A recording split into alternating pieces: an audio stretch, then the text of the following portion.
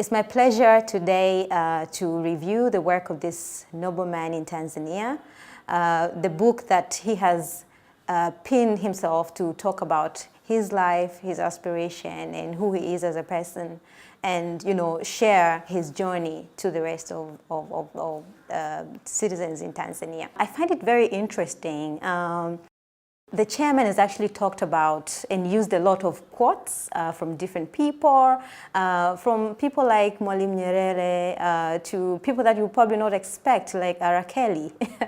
And I was also fascinated to see him use a lot of Swahili adages in his book to express some of the theories and notions that he wanted to emphasize on.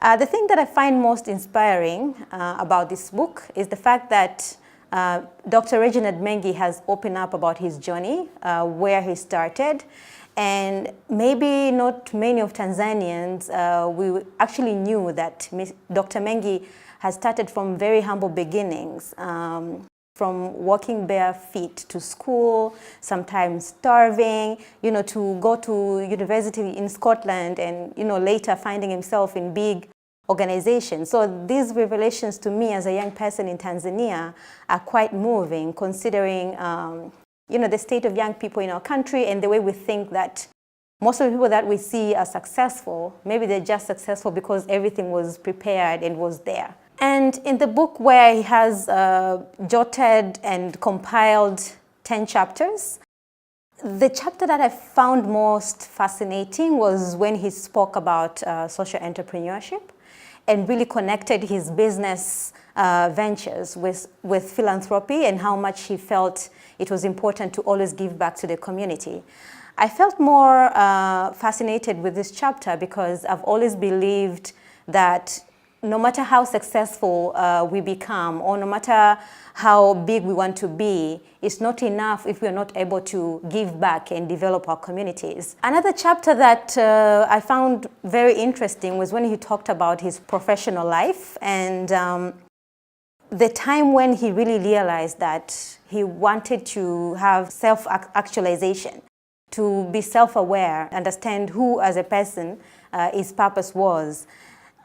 You actually be surprised with a lot of things that he had already achieved, with the titles in big organization.